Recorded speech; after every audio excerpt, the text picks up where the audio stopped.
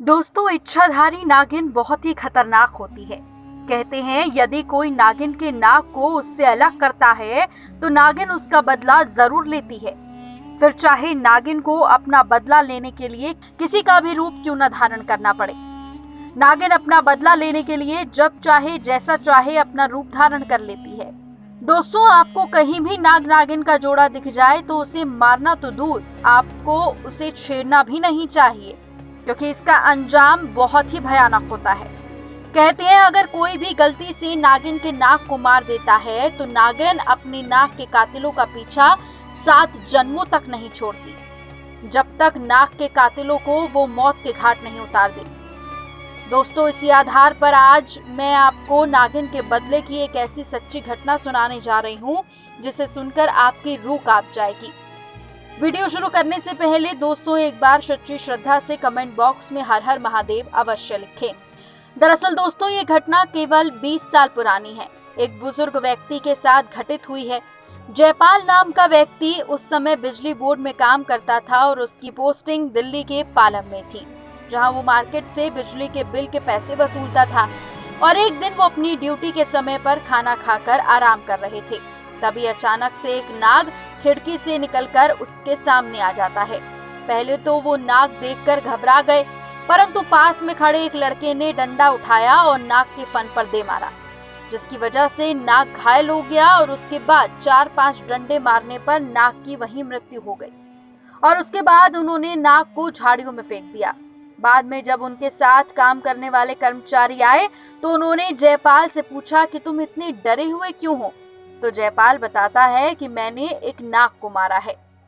तब उनके साथी बोलते हैं कि तुम लोगों ने बहुत गलत किया।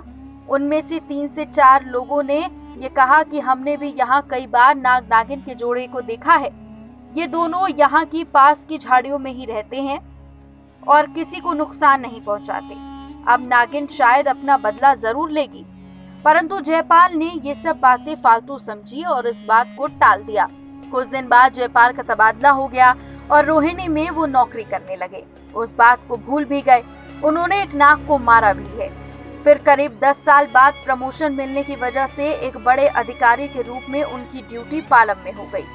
पिछली सारी बातें भूल चुके थे वो, लेकिन उन्होंने जब अपनी ड्यूटी दोबारा से संभाली तो उसी दिन जब वो दोपहर में खाना खाकर बैठे थे तभी नागिन उनके सामने आकर फन फैलाकर बैठ गई। डर के मारे जयपाल उछल पड़े और जोर जोर से चिल्लाने लगे और पास में ही ऊपर टंगी रस्सी में लटक गए।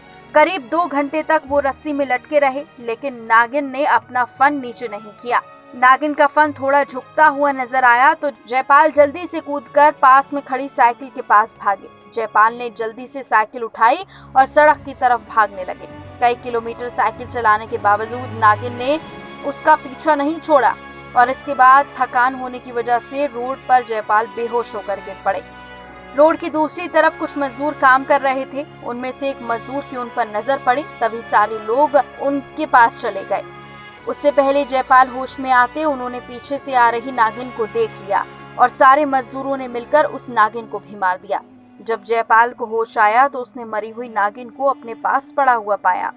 उन मजदूरों में एक मजदूर काफी बुजुर्ग था और वो भी समझ गया था कि नागिन आदमी का पीछा कर रही है। उस बुजुर्ग मजदूर ने जयपाल से कहा, आपने इस नागिन के नाग को मारकर बहुत बड़ी गलती की है।